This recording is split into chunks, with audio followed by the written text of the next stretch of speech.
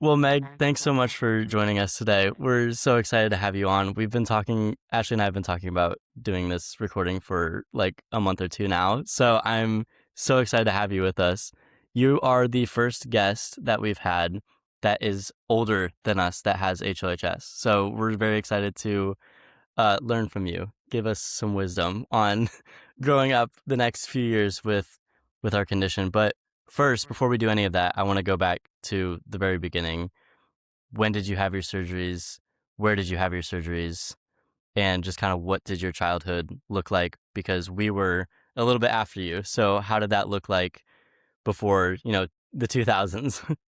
Well, thank you so much for having me on here. And it's crazy to be like before the 2000s.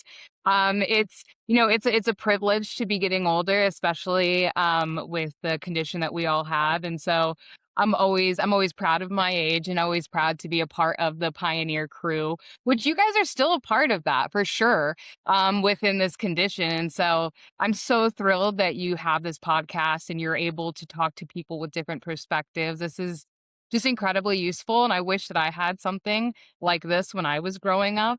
And so I guess I will give you a little bit of a background on myself. So, hi, my name is Meg Didier. I was born with hypoplastic left heart syndrome in 1991. And my parents had no idea that I had HLHS. I was born and they all thought I was a perfectly healthy baby.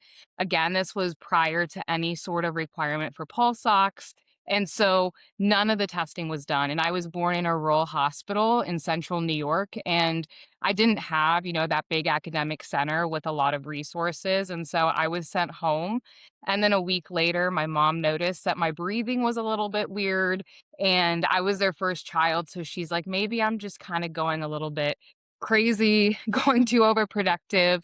But she called my grandmother and held the phone up to my mouth to kind of hear me breathe. And my grandmother said, you need to take her in now. So as soon as they took me into the hospital, the first words from what I hear was, I don't like the looks of this baby. And they took me back into the trauma bay, I'm assuming, and started hooking me up. And they said, we don't have the testing here to be able to diagnose what's wrong, but we think something's wrong with her heart and she's dying right now. And so that just shocked my parents completely. And so we went to shuffled to another hospital. I believe I was air flighted from there, and went to another hospital a couple hours away. And that's where they diagnosed me with hypoplastic left heart syndrome. And they had told my parents, we have no idea really what to do. We don't think children survive with this. So we're going to send you to another hospital and they should have more answers. So I got shuffled to another hospital and they said, okay, well, yes, we're confirming it's HLHS, but we don't know anyone doing well with this. And we think, and that the clinician actually told my parents, if it were my child, I would take them home and let them pass away through comfort care. And so my parents were like, okay, what other options are out there? And they heard about these three-stage of experimental surgeries, like the Norwood, as we're all familiar with on this call, Norwood, the Hemi Fontan, and then Fontan. And so because of my location and being in central New York, we were closer to Children's Hospital of Philadelphia. And so that's the closest place to us that were doing these surgeries at that time. And actually, Dr. Norwood was still there performing surgery. And that's who my parents thought I was initially going to have. And so I went over to Children's Hospital of Philadelphia. And to my parents' surprise, they had an entire area dedicated to Fontan babies. And for the first time, got to see hope and see the fact that there were children and babies that were surviving and thriving. And so at 11 days old was my first open heart surgery. And then my second open heart surgery, my Hemi Fontan, was at 6 months. And actually mine seems to be quite an aggressive timeline compared to a lot of people. I don't know if that was just the time frame or the hospital, but I had my Fontan at 13 months old. And through my Fontan, I believe it was, yeah, it was really, really fast. And through my Fontan, I believe it was that surgery, I started having a lot of pleural effusions, and that was kind of the biggest obstacle I was facing through my surgeries. And after that, I was totally good. And I kept, going through the Fontan recovery. Then all of a sudden, it looked like I was in congestive heart failure again, at 2.5. And so my parents had rushed me to the hospital. So they're like, I feel like she might have a cold or there's something that's just not right. And turns out that my ASD needed to be opened back up since I think we all, I don't want to say all, but I'm pretty sure most of us have that space opened up so that way we can have passive blood flow through there. And so mine started closing, and that obviously is gonna disrupt the path of blood flow, and so they had to open it back up, and then it was kind of, "What limits can I set for myself?" But that wasn't, I guess, really the way that I thought about it. I didn't my my family was told, "She will set her own limits, just let her do what she wants." My team was incredibly progressive. My surgeon specifically, that's who my parents probably listened to the most, was my surgeon, and so anything he said goes, and so they asked actually if I could start gymnastics, and this was about a year after my last open heart, and my mom wanted me to go to a gym that was right next to CHOP, Children's Hospital of Philadelphia, just in case. Even though I didn't live near there, she said if I was gonna try gymnastics, she wanted me right next to the hospital just in case.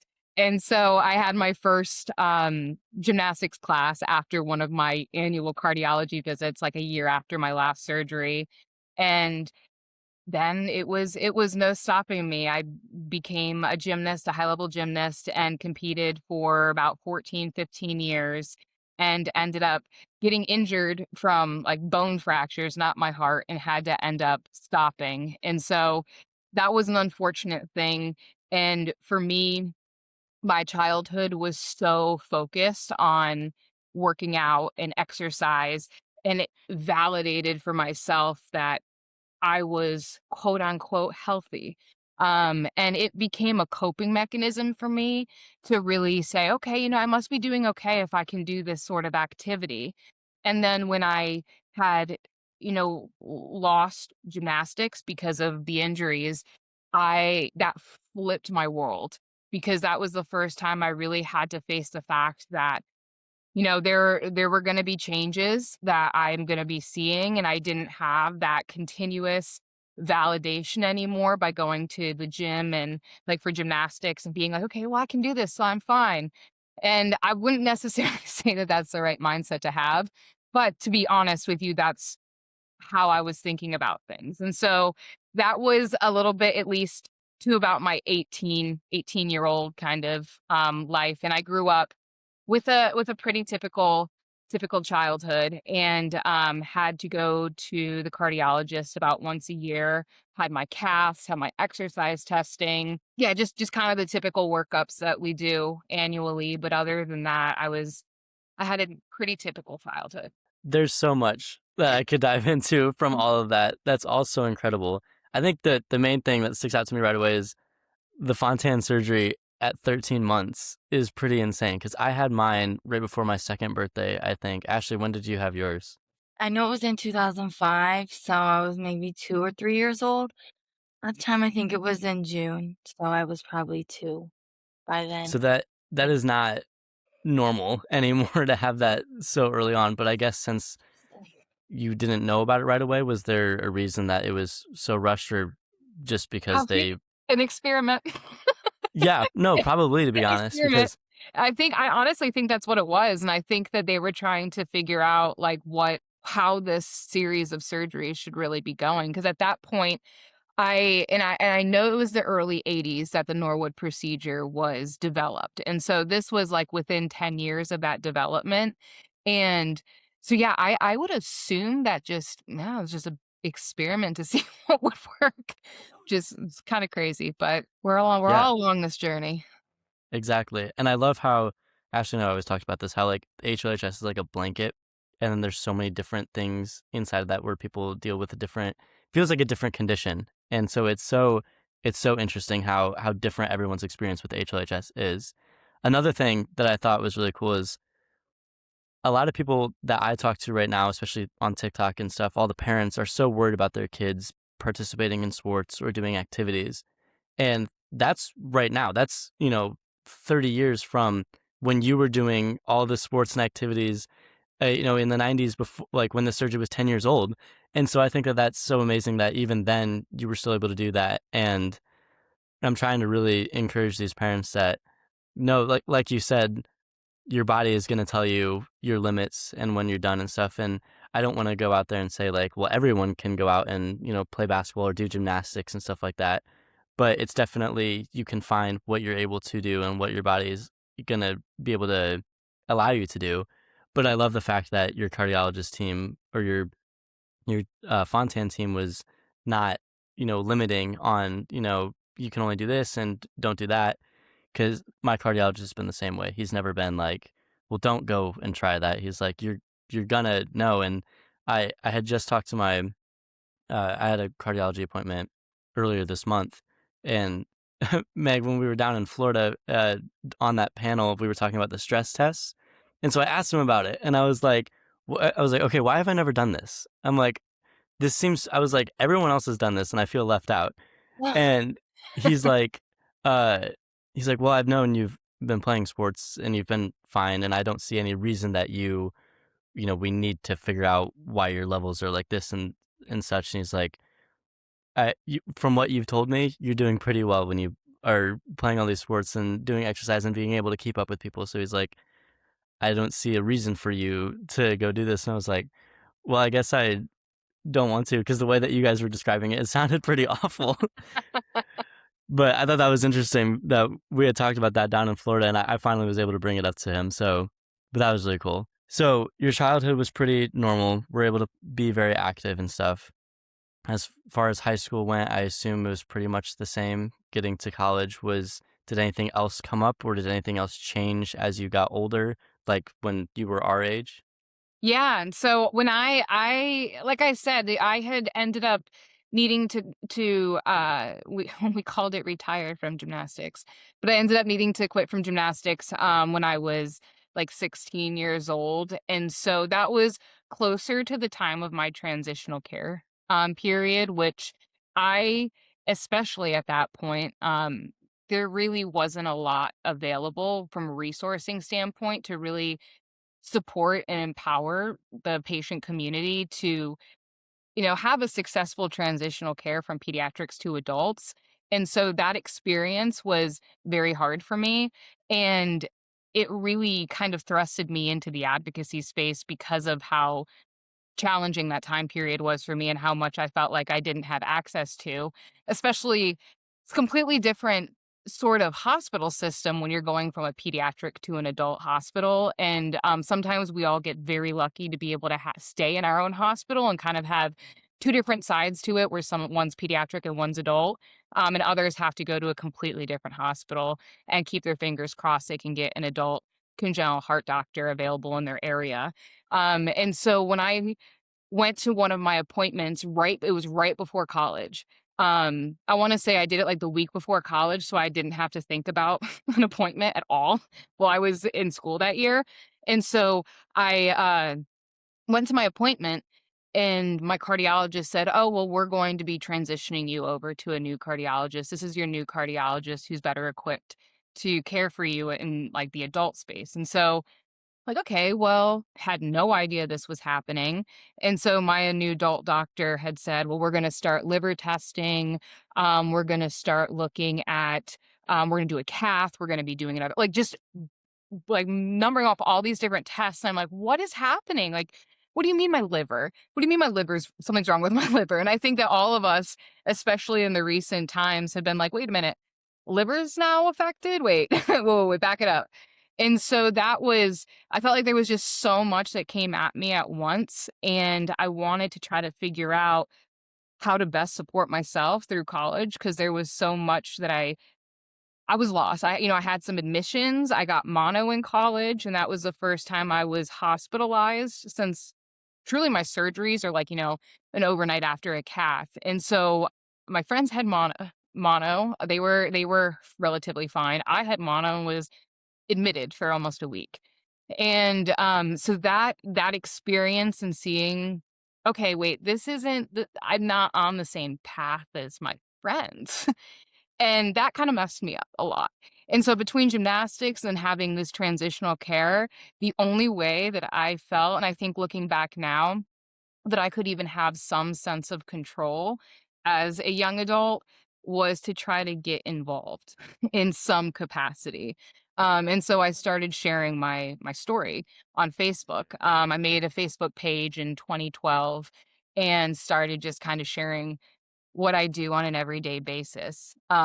Really because I just wanted to meet others like me. I hadn't met anyone else. And so I felt completely alone, completely isolated. And then now I'm going down and looking down this adult path where I'm like, okay, I have no idea what to expect and I have no support system. And so that changed a lot for me. And I started speaking at different meetings, sharing on social media, like I said. And then when I was 23, I had a couple strokes.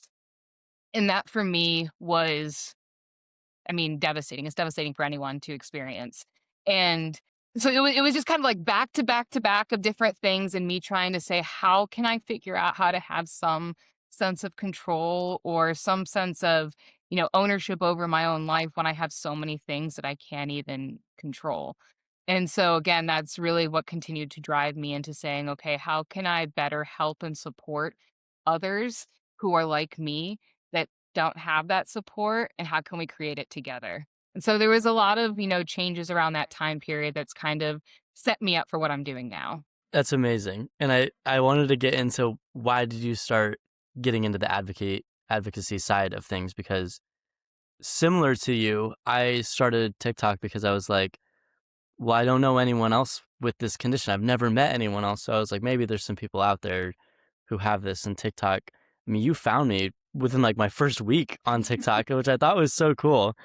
But I think that that's so neat that even, you know, 14 years ago when you start on Facebook, how many people were, were there a lot of people at the time who were willing to talk about it, or who had the condition, or did you find the people that you needed right away, or how did Facebook look compared to now with my TikTok page? You've seen like you were able to find me right away and I was able to get plugged in almost immediately.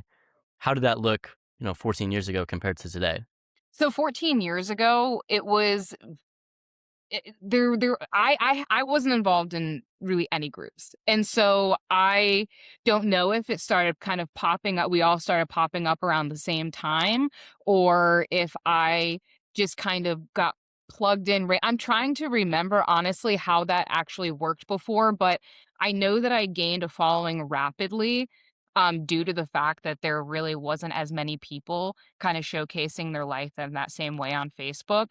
And the reason I started it was because I had my normal public Facebook page I had my normal like private Facebook page that I had for friends and, close family. And then I wanted to share my, heart stuff, especially after my admission for mono. And I was like, but I don't know if I wanna share it on, like, my main friend page, but I also wanna keep them updated, but I don't want this to be in their face. So maybe I'll just make a public page, and they can choose if they wanna if they wanna look at my updates, which I don't know if again, that's really necessarily the best thinking, but that was what was going through my mind and trying to figure out, like, I think you should always be proud of yourself and proud of your story and wanna be able to kinda share what your experiences have been. But for me, it was still kind of like, "Oh, I don't know if anyone really wants to learn about this."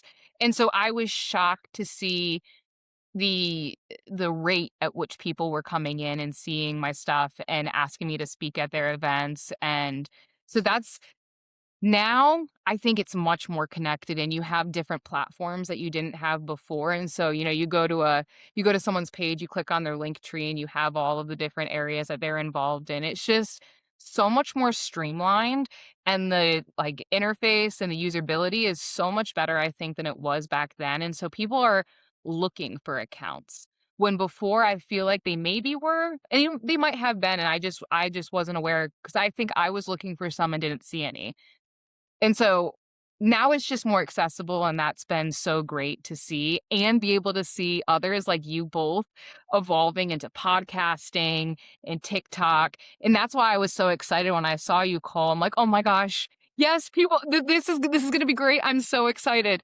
Um, you're using the different platforms and being able to share experiences in different ways. People like to digest information on different platforms, and so I'm really excited for both of you on this venture of podcasting. Well, I appreciate it. No, thanks so much. I just like you when you said it was surprising how fast you grew and how quickly you kind of got into the space. It was the exact same for me, but you were the one who did it for me because I had started posting and I swear it was like my third video. You had commented on my video and you're like, I'm 33 with HLHS. And I was like, oh, that's cool. Just another fan. and and then you had messaged me and you sent me like a whole link to yourself because I was so skeptical at first because it was the first message I had really got where it was like someone else with my condition who was older and was like actually doing stuff. And I was looking at it and I had my mom read it. I was like, is this person like legit or is she like trying to scam me for money or something? Um, but man, I was so glad that I was able to connect with you and I'm so grateful for the opportunities I've been able to have with you now going to, Indy and Florida, and now we're going to DC soon to go to more events. And I'm so excited to be plugged into this space now. And Ashley it was similar. Uh, I found Ashley because she made a video talking about how she wanted to talk about her condition because she found my page. And I thought that was so cool. And little did we know that we would end up co-hosting a podcast together, which is so much fun. And I'm glad how that all worked out. And I think it's very cool. But that's amazing how we both kind of got our starts in the advocacy. Why is that word so hard to say? Yeah, in the space by starting it on social media, and I think that's such a big thing. And now I have people reaching out to me on TikTok and stuff about how they want to start talking about it and how they've started pages because they're like, well, now there's more people out there and I want to tell them my story. And I think that that's so cool.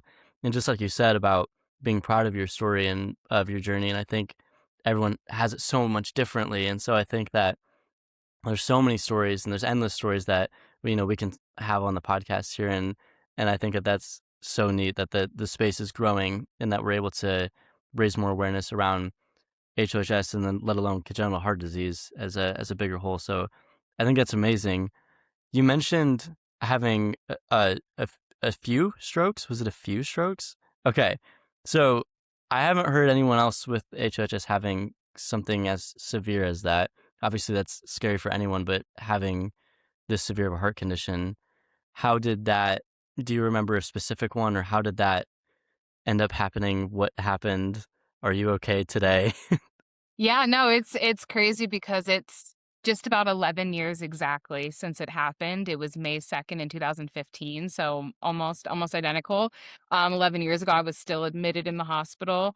I remember I was just wanting to get out and discharged by Cinco de Mayo. And so I wanted like I needed something fun at that point. But so my last stroke was in, yeah, as I said, in 2015, and I went out to lunch with my dad. And I actually had my English Mastiff with me as well, which is kind of important in the story. So I had my English Mastiff and I had my dad with me, and we were at lunch. And all of a sudden, we were walking back to my car after we were done eating, and I was eating a bag of chips. And I put the chips in my mouth and bit down and bit my hand. I could tell it wasn't chips, but I couldn't feel it at all. And I've like, obviously, we've had like, your arm or your leg or foot, whatever, go to sleep.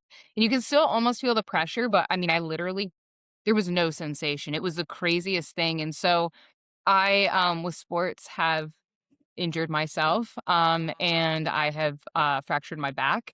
And so I was just assuming, okay, well, this is just some weird back thing, like a spasm or something. And then I looked forward and everything kind of started going like that. And I'm like, what is happening? And so I looked over at my dad to tell him like something's wrong. And it was just like babbling that came out. Like I couldn't talk. Like I could talk, but it was just noise. And so in my head, I was like, holy crap, I'm having a stroke right now. And I was like, "Oh my god, I'm having a stroke. It's happening. It's actually happening. I can't talk. Oh my god, am I stuck like this?" And so I was like, I can't believe, like, because like all of us hear about this as a risk. And I'm like, I can't believe it's actually happening. Like, this is 100% what it is.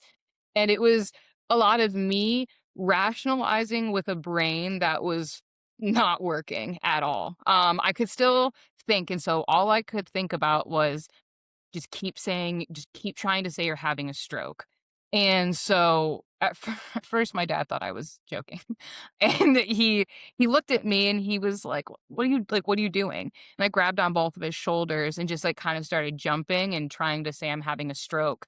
And then he said he looked into my eyes and realized that there was something wrong.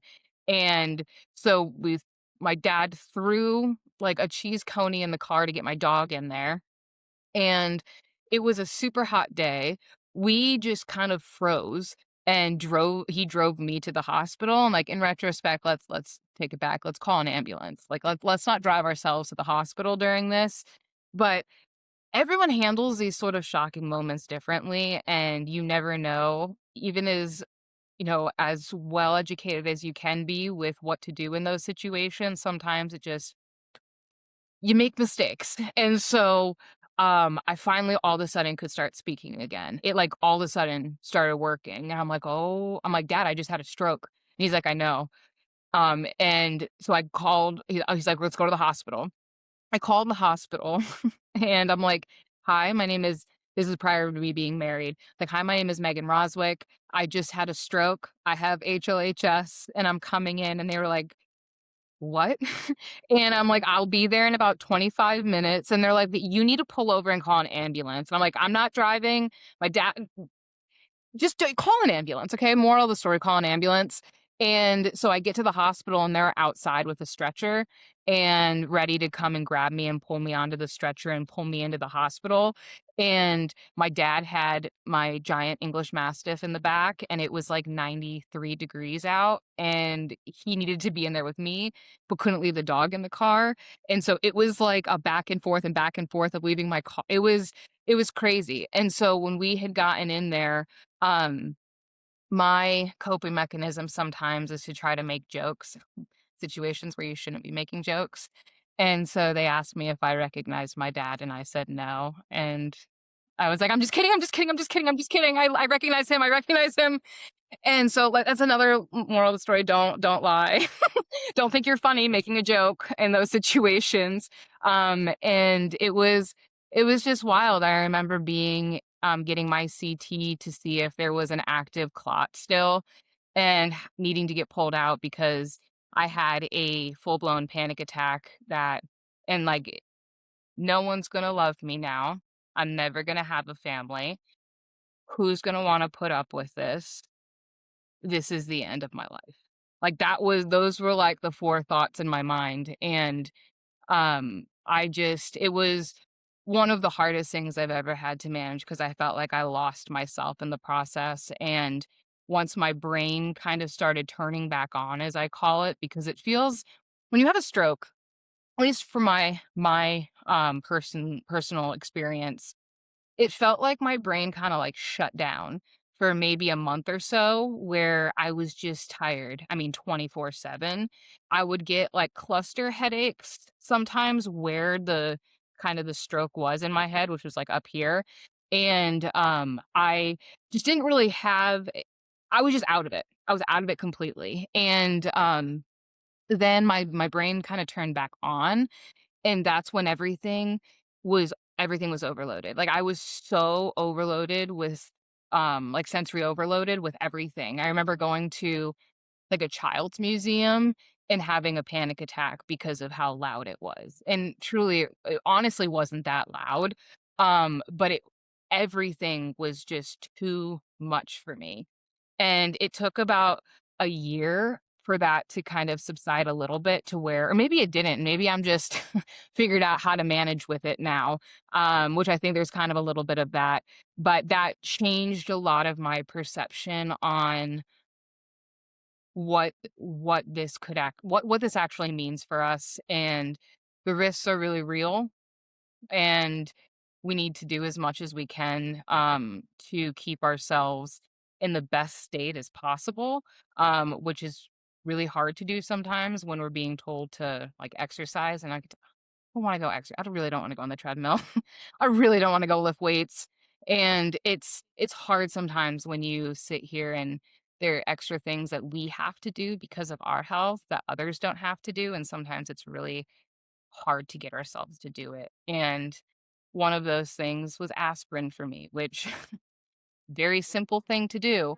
But I was not taking my aspirin regularly at that time when I had my strokes. And whether or not that contributed to it, not sure, but I'm sure it wasn't helpful for me not to be taking it. And so ever since then, I've been very good about taking it. But it was a hard experience that really kind of threw me off a bit for a little. That sounds obviously very traumatic, and I obviously don't wish that upon anyone. That's insane. So when this stroke happened, you were in college, correct? Yes, I was in college and actually had just finished a calculus final the day before. I was like, "Oh, I'm so glad the calculus final was the day before the stroke." You gotta find, like, some humor somewhere, but I was in the middle of school and had just finished, midterm or my finals. And obviously, in that time when you say like after the stroke, where you're like, it's the end for me, or no one's gonna want to deal with this and stuff, and that's been such a scary thought that I've had recently, especially since I've recently gotten into a relationship in the past few months, and I'm like, I kid you not, I don't know if I've told you this, Ashley, but on my second date with this girl, I have one of my atrial tachycardia episodes, and I'm like, this is the second time I've ever met this girl, and I'm in her living room, like, pale and about to throw up everywhere, Um, and I'm like, how is she and I'm not even thinking about, how am I gonna get out of this? I'm thinking, how in the world is she gonna react to this? Because this is insane. well, that's We're so still together today, so apparently it's fine. right. But, Yeah. like, um but she's been amazing with, my care so far, but, like, um I have totally felt that, especially with my friends and stuff. Like, how are they going to react to all this stuff? And I have a lot of things that I need to keep up on, and things that they don't need to think about. With we're all playing. We're all on a softball team this year. We have our first game tonight, and I'm always thinking about how hot is it going to be? Am I going to have enough to drink? Am I going to have enough food? Am I going to have enough energy? And they're just like, they just want to get there and play. And I have to think about all these external factors before I can just go and hang out with people. And it's frustrating a lot of the time, but it's also very encouraging, especially when you find people that are willing to help you and willing to, come and walk alongside you when you have all of this happening. So now that we have, now that I've stepped into this community with other people like this, it's incredible to talk about these stories and stuff and know that, oh, okay, I'm not the only one who's going through this, because that's how it felt before I started TikTok. And I can imagine both of you guys before you started Facebook or, talking about this, how alone you felt in it. And I think that that's such a big thing that kids are going through now, and parents as well, who have kids going through this, that they feel so alone unless they're, actively reaching out on TikTok or joining Facebook groups. And I just made a video last week talking about, joining a Facebook group or something and getting involved, because that has made me feel so much better, especially doing stuff like this. I feel like, okay, I'm not crazy, and I'm not the only one that this is happening to. So um, I think that's amazing that there's such a community now. I kind of just went off on a tangent there, but I think that, yeah, just the biggest thing is just, having the people around you to be able to support you and all of that. And so I think that that's very cool. After college, you are married now, right? You have a family, Yes. which is amazing. And the biggest thing that we wanted to talk about today, because this is something that a lot of people with HLHS and parents, or kids growing up with HLHS, especially women, want to know, like, we didn't think it was even possible to have a kid.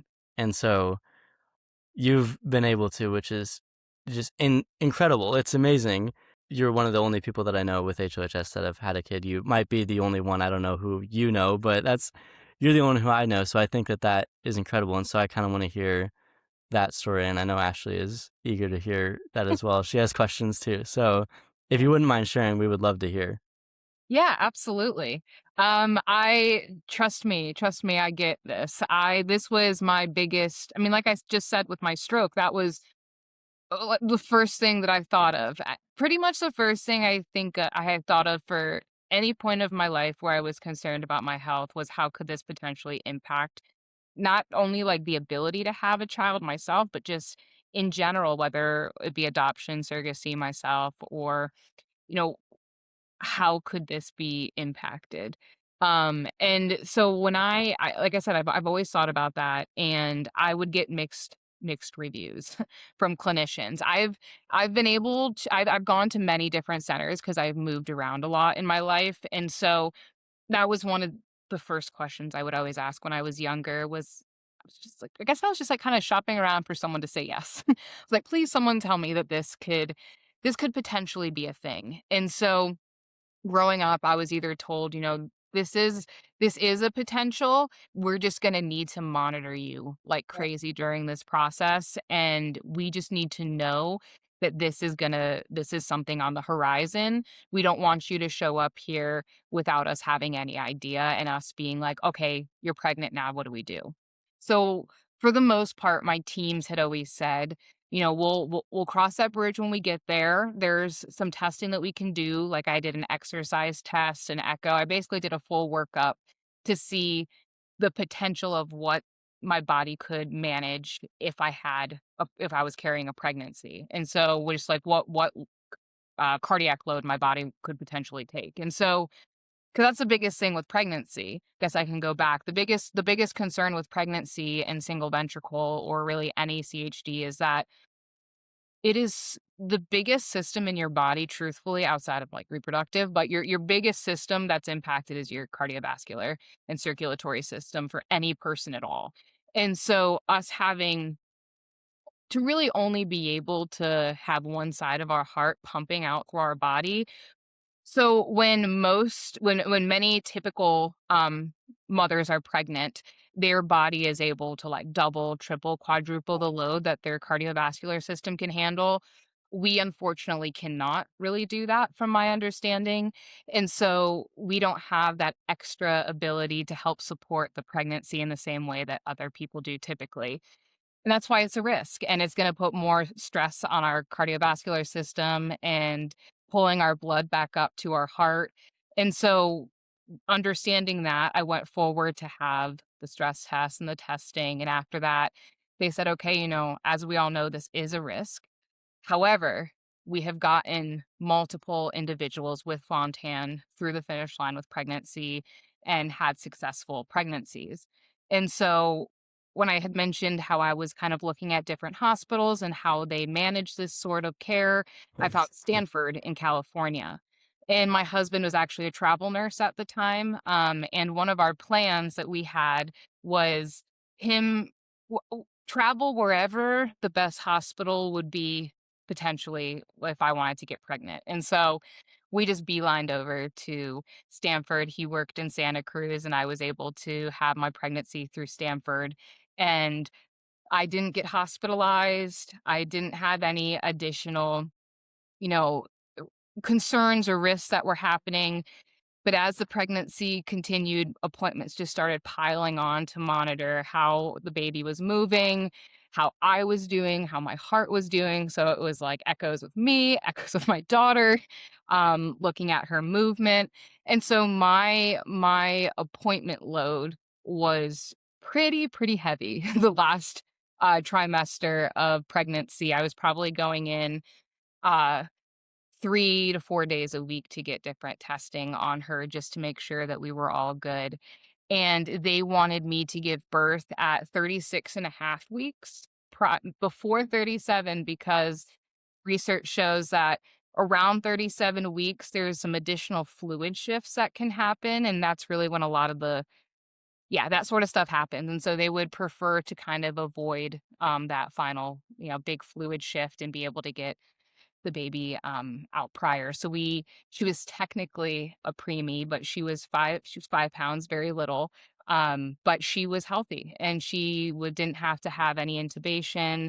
She didn't have to have any additional cardiac anything, during that anatomy scan, that was one of the craziest experiences. I was terrified going into it and knowing that we could single ventricle could pop up or some other CHD could pop up. And so I saw as soon as they hit her heart on the fetal echo, I saw it didn't look like mine. I was like, yes, I think I see four chambers.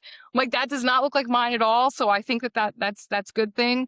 And so immediately they told me that, she had four chambers and that her heart looked great. And I just started bawling my eyes out. But we did do a planned C-section, and it was an incredible, experience.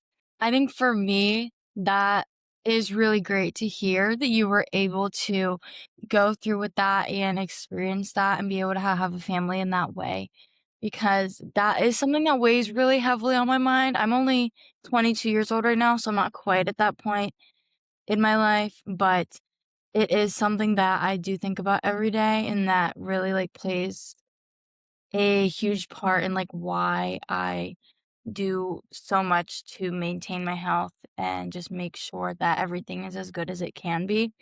And one of the biggest concerns that I think I have right now for myself, which I don't know if this happened to you, was because I take so many different medications for my condition, obviously. So I didn't know if that was a big thing for you, if there was any medications that you were on previously to getting pregnant that you might have had to discontinue while you were pregnant, and like how that made you feel and how it affected your health at the time, or if that was ever an issue at all.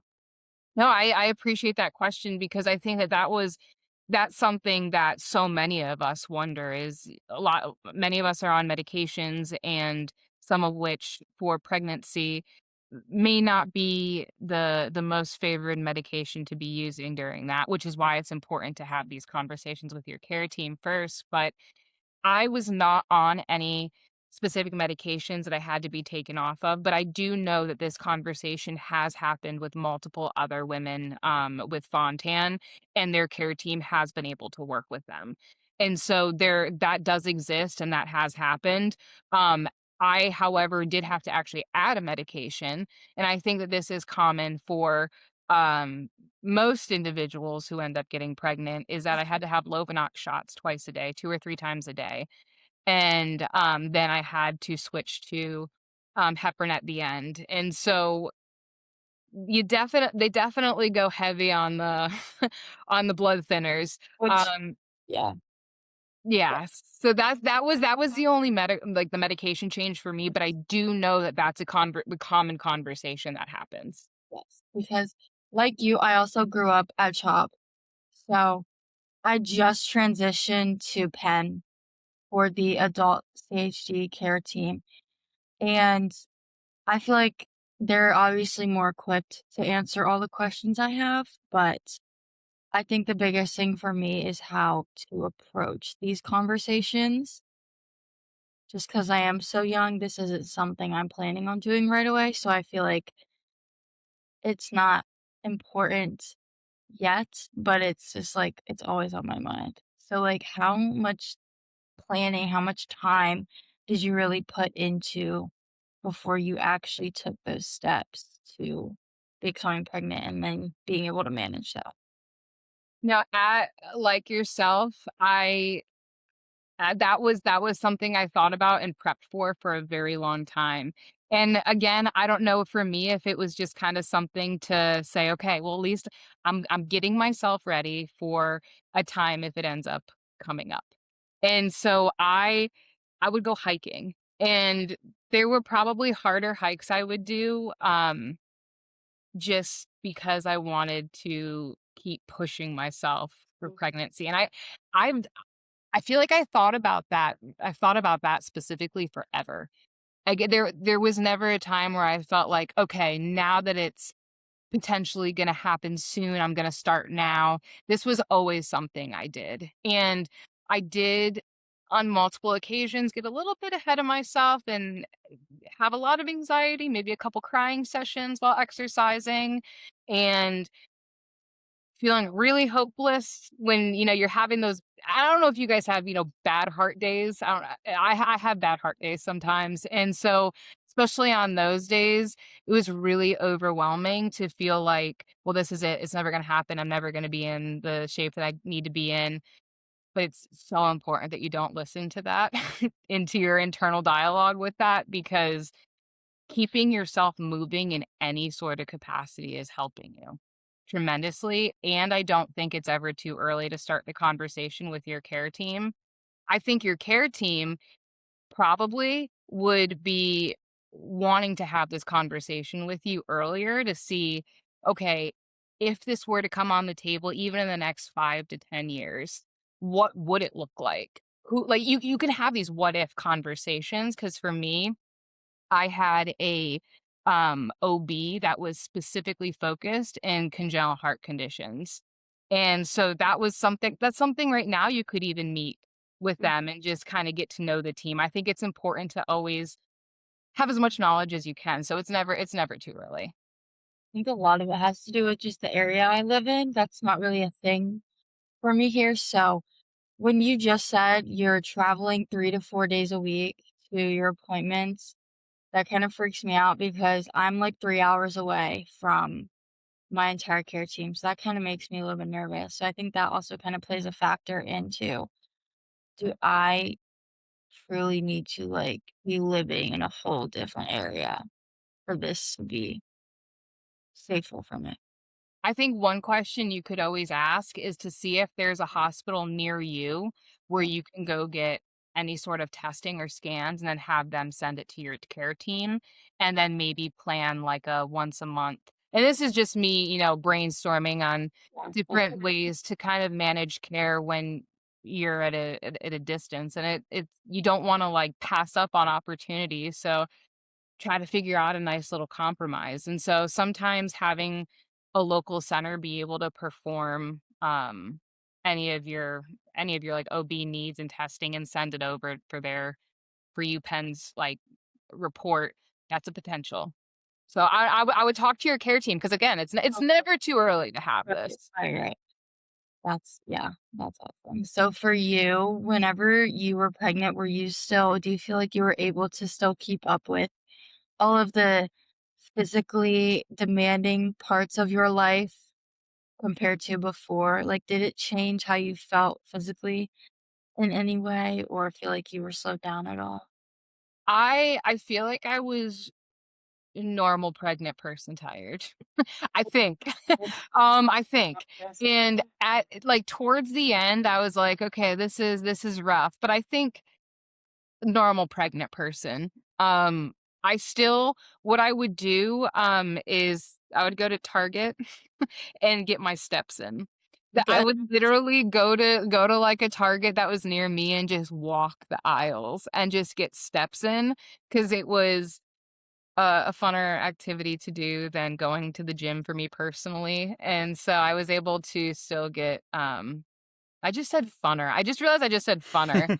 It was a more fun activity for me to participate in than going into the gym. And I also did go to the gym and I walked on the treadmill, but I was very careful about not overdoing it in any way. And I know that I might have been a little bit too careful, but movement was still important to me. I feel like that's important in any pregnancy, but also like with your CHD, it's also you have to do it, but not too much. So I think it's probably difficult to kind of find that medium. So like that's something that I was worried about because I feel like I go crazy at the gym sometimes, and then other days I'm like barely getting by because I'm too tired and I could like fall asleep on the floor right now, but I still have all these exercises to do.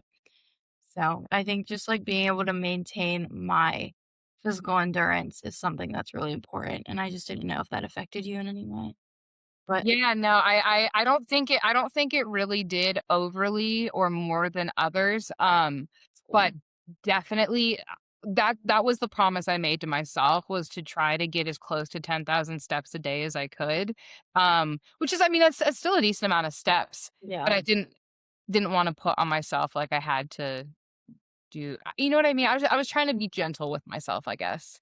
But I also think it definitely helped that you're in pretty good shape before. Oh, a Like, thousand. that'll help anybody out, you know what I mean? So, yeah. And honestly, so right now, I am not in good shape. I am so deconditioned, partially due to pregnancy and just, having a toddler and not having enough time to go do things. And oh, it's a drastic difference. It's a drastic difference, me not having the muscle mass that I used to have.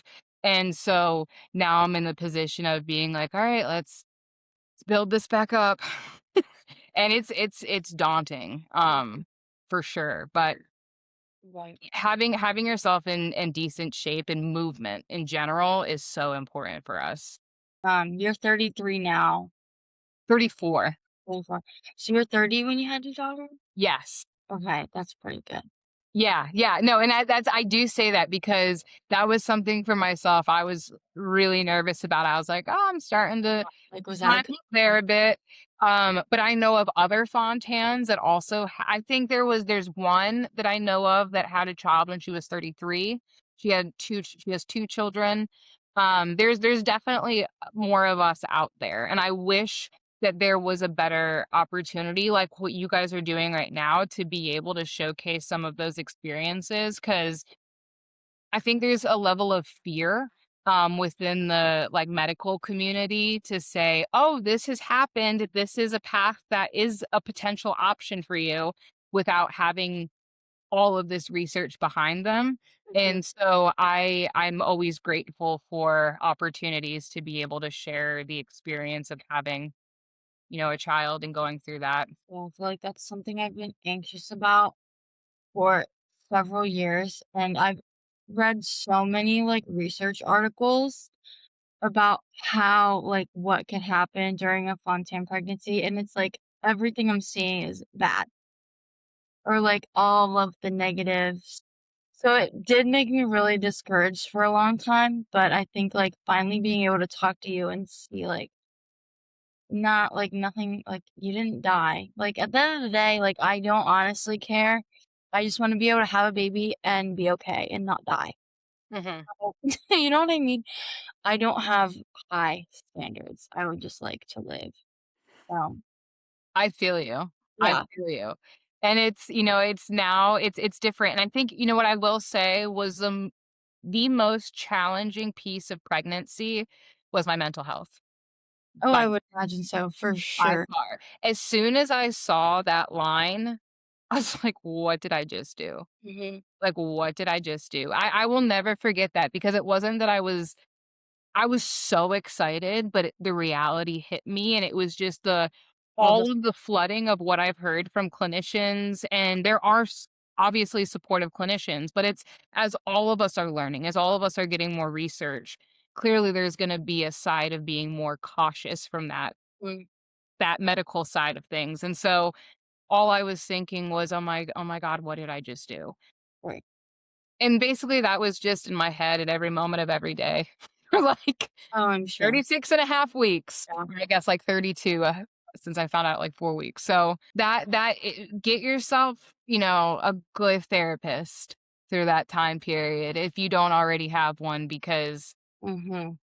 that made a big difference for me. So whenever, like, you had your daughter and they elected for you to have a C-section, was that kind of like did they present that to you as a choice, or was that something that they told you, like, "This is what's happening," and you kind of had no say in the matter? Or because like, would you have done it differently if it was presented to you? That question makes me laugh a bit because going through the process with them, it was so well planned out, except at the very end, I think there was some panic. It Well, was like in the very, like, last 2 weeks, it was like, "Alright, okay, change of plans, you have no choice. You're coming in for a C-section." Even though there hadn't been any, like, concern or extra, need for mhm, testing outside of the hundreds of testing I was already getting, it was immediately like, "Okay, let's have this be a little bit more controlled. How controlled can we make this?" And to be completely honest with you, they were having me go in at 36 and a half weeks no matter what. My body was not ready to give birth at 36 and a half weeks. And I had the steroids a couple days before, which that's what sucked the most, was I felt so swollen and like I had like an elephant on my chest. After that was the worst part for me. And then going in and having her, I was all on board for a C-section because I knew that they were gonna have to give me Pitocin to be able to put me into labor, and the potential of my body actually progressing well and doing it without freaking out the care team, in my opinion, I was like, "This I feel like this is gonna be easier if I just say, okay, let's do the C-section." And so everything was controlled. I had a time I was supposed to go in. There was no emergency C-section that was even on the table since everything was controlled. And so I know that it's definitely preference. For me, I just had this feeling that if my body wasn't ready, I was gonna end up in a C-section either way. And I didn't wanna stress my daughter or myself out by trying to push me into labor. So when they had called me, like, maybe a week before the date for me to come in, they were like, "Well, we've actually been talking, and I think we're gonna do a C-section." I'm like, "Works for me. Works for me." That makes me feel so much better, and so we went in there, and I told them any sort of, student can come in. I'm bummed my husband didn't get a picture, though, because he said there were, like, 30 people there watching, and I'm like, "Why didn't you get a photo?" But I guess he was a little distracted. And just a smidge. But I let all the medical students, come in, and everyone was what I assume is probably holding their breath to see what was gonna happen. And my C-section went the worst part about it was them trying to get a central line? Some sort of line in my arm that took, like, an Oh, hour and a half. But that was that I don't know why. Maybe some more medical students, and hey, it's okay. It's okay. We're all here learning. And so it all worked out well. And I unfortunately was separated from Lucy for a couple days. That sucked. That sucked. And that was because they put me into the ICU and they put her into the nursery. mhm, And which fine, but they like in the ICU you can't really leave. They keep you there obviously because it's the ICU. And they weren't able to take my daughter up to see me, and so that was a very unfortunate thing. However, I had an incredible nurse one night who somehow, don't know how, somehow convinced the team to let me leave and go see my daughter in the middle of the night. And I'm so grateful for her. She was a travel nurse. She wasn't like I'm so grateful for her because that was the first time I was able to hold Lucy, and it was, like, 2 days later, and I was so scared that it was gonna impact our bond in any trust me, it doesn't. Like, if you feel like that's gonna it's not, I promise, they're just gonna be attached to you as much as they were gonna be beforehand. Just so you know, if that is the case, and for your own self, knowing if that will be the case, like, when you're asking questions to your care team, that would have been helpful for me to really understand, um, and also know that it wasn't gonna impact, like, our relationship being separated initially. I would love to have a second child, but I am not going to, and it's not because of, I think my mental health, going through that process was really rough, mhm, and I know exactly probably how I would feel, and it's hard to think about the what ifs during that, like, what if things go much worse? What if mhm. yeah. And that was a lot for me, and I think going through that what if period once is good enough for me right now. There's a there's a few things in there that were really interesting to me that were besides pregnancy. That was an amazing conversation that you two had. That was awesome. You guys, or Meg, you had mentioned was the bad heart days and Right. being tired. And so I was just on vacation last week and I was in Texas and uh I was outside in the sun all day and we went and then we played pickleball and I was running around and I get home and like we have extended family from Texas there who are all here to see us. And it's like maybe 7:30 at night and I'm like I can't do this anymore. I'm so exhausted. I don't want to see any other person for the rest of the night. And I just went and hid in my room for the next 3 hours and just sat there. I couldn't move. I was so tired. I couldn't fall asleep, but I was just like, my body was so drained. And I was like, I don't have the energy to talk to anybody right now. And so I'm on the phone with my girlfriend and she's just talking. I was like, it just seems difficult for me to even talk to you right now. I was like, I'm so tired and I've never experienced this level of like just pure just exhaustion that I don't even want to speak right now. And that was, I was so frustrated in that moment. I'm like, why am I not freaking normal at this point? I was like, why is this happening? And it was just a weird moment. It was probably mixed with a lot of anxiety and panic and just like, and I couldn't do anything. It was hard for me to get up and do anything. I sat there for hours. And I remember, like the whole rest of the day was good, but I mean, I kind of burned myself out by being outside in the 80-degree heat for hours and then went and played sports for an hour and, was very active and ran myself into the ground. Those bad heart days I'm seeing come along more often than usual, than I'm used to, I guess. Have you, Meg, figured out a way to manage these better, or does these just happen and you just have to let them pass? I think it's probably a combination of both. I think that, I've always felt that, as time goes on, it's almost like a readjustment of coping mechanisms sometimes and ways to set you up for not like really success. That sounds like so businessy, but set you up for just a good day. For me, what I have done, because I've noticed for myself, if my iron is low, and I think that this kind of is across the board. I know that many of us can have issues with being able to maintain our iron levels. And so iron for me is like that's a huge thing. And I can tell if I'm having iron issues. And so making sure that I'm working with my team to get an iron supplement, that's been so helpful with my energy levels. Um, Trying to be able to sleep well at night and get some sort of routine. I've usually typically been like a night owl, but recently switched, crazy enough to now being waking up in the mornings. And for some reason, that has been helping me a lot with my energy levels. I don't know if that's just like a random occurrence, but instead of staying up late, going to bed earlier and waking up earlier. So still like the same amount of time, just flipped. And hydration. Like those and it's like things that I probably would have always said are like silly and really not actually that impactful, but as I'm getting older and things are more sensitive to change, that is what I've noticed has been helpful for me.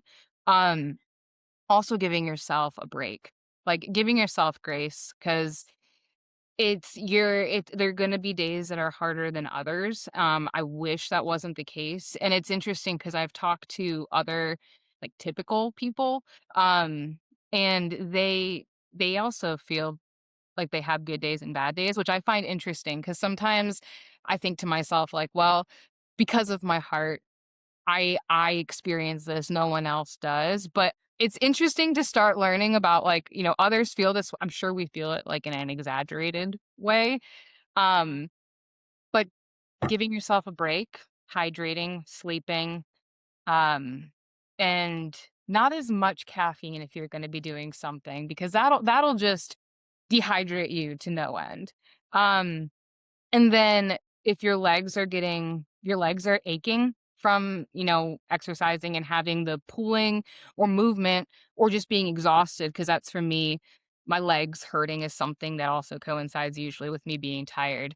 A heating pad works wonders. And so yeah, just you learn little things that make you feel a little bit better. And so I look at my own self as my own experiment, and I try to just tweak little things here and there to see if it'll improve. Trying to give myself grace has been a hard one, to do. Um, yeah. No, I appreciate that because I'm trying to, because I think the same thing about like well, since I have a heart condition, I'm the only one who experiences bad days. But I think that it's interesting that you say that it's exaggerated, and I definitely think it is because I feel like when I say I'm tired, it's a different tired than, how my friends feel or whatever. Like my an example today, my friend wants to go golfing after this before we go play softball. And I'm like, "Okay, sounds great and sounds fun and I want to hang out with you, but I'm going to run myself into the ground again and tonight I'm going to fall over dead cuz going to be so tired. Tomorrow I'm not going to be able to do anything." So I'm like, "We'll go and I'm gonna make it. I'm gonna curate it to what I can do. Like, you go play the first 9 holes, and I'll join you on the back because I can't play all 18 holes today. Because I'm gonna, even just going and playing golf and then playing softball on top of it, I'm still gonna be tired tomorrow. But I know that I can do it and I'll be okay. And I want to push myself a little bit, but I know that I'm tomorrow is I'm gonna have a nap at some point because I'm just gonna be exhausted. Um, but I'm learning, yeah, the same thing is like, I need to be able to give myself like, okay, I can't go as hard as everybody else. Like my days are gonna look different. My job and my career is gonna look different because I can't go out and get the same jobs as all my friends. I can't go out and do construction, do landscaping. Can't go out and work in the heat and stuff like that. That's just a big thing for me. And um, so I'm learning to give myself grace and stuff like that. But another thing that you had mentioned was therapy, and I've never done anything like that. Is that something that Meg, that you do? Do both of you guys do that? Is that something I should be doing? Why is that important?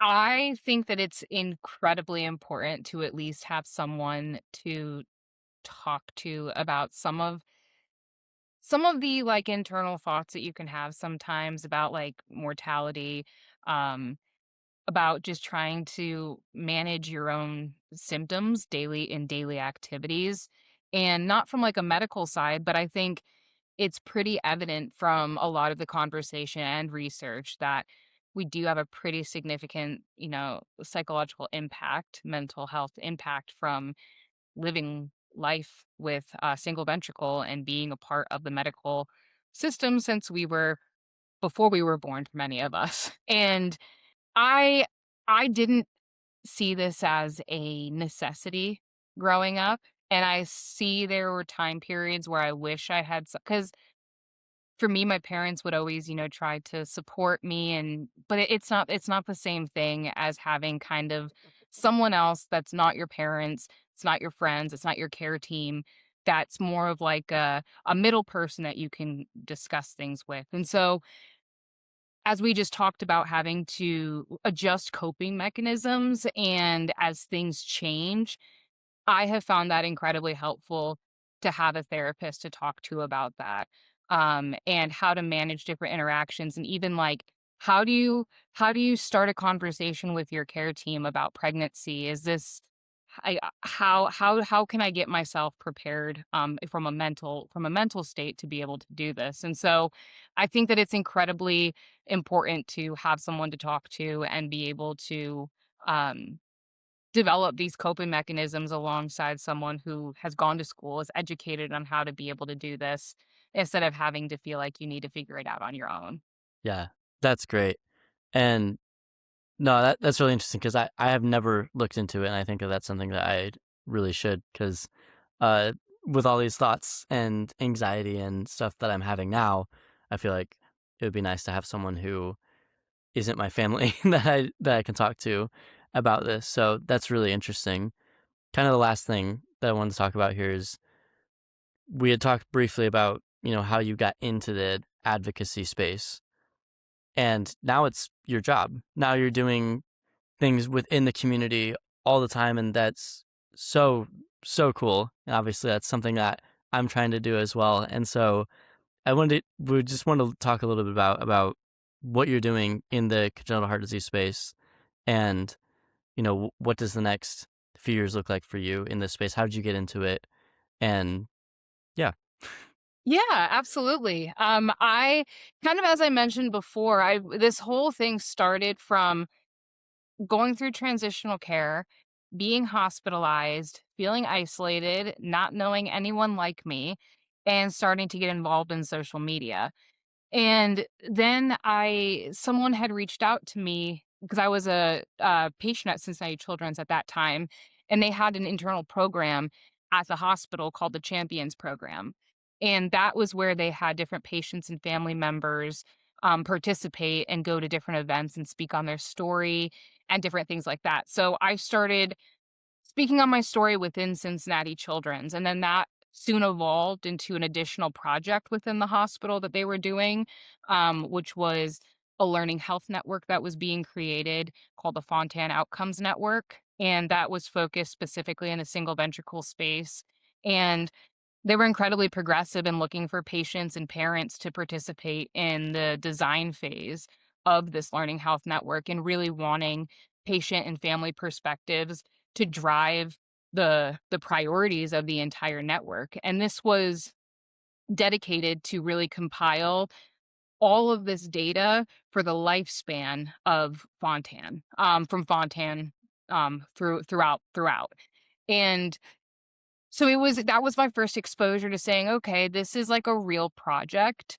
This isn't a speaking opportunity. This is like a real thing that I'm working and collaborating alongside clinicians. So this is weird. I didn't know that my story, beyond like sharing and speaking it, like how does my experience even help research? I was so confused. And so then I started learning about co-production alongside your care team. So we would create resources and surveys, and they would ask me, part of what I was doing with that was emotional health surveys and trying to figure out how to develop additional resourcing. And so that then opened my world to understanding how us as patients and families can really help build research. And so I'm still a part of the network. It's now involved into the Single Ventricle Outcomes Network. And I think many of you, I know Nicole, you were there last year. Actually, I don't think you were there last year, but we also have a single ventricle patient day. And so that was in Indianapolis, and that's in addition to the learning session with the Learning Health Network. And that was developed with patients and patients with single ventricle to be able to create a space for us to be able to come in to this collaboration with the medical community. And so that it just kept kind of building from there. I then worked in pharmaceuticals outside of the heart world, but that got me interested in starting to work within the heart world in pharmaceuticals. And I worked in the nonprofit space, building advocacy training academies, as well as other research opportunities and engagement pieces. And so everything unlocked for me when I realized that our voice and our experiences as patients and families can be utilized in a methodical way within research. Like, we're not just someone on the side. We're someone that we're people that actually can create true research data to be able to support the next stage of research. And so I just get excited. Patient engagement is my thing. I love it. I love learning how to take what we care about and some of the crappy things that have happened and make something positive out of it and improve the future for those of us behind us and improve our lives now.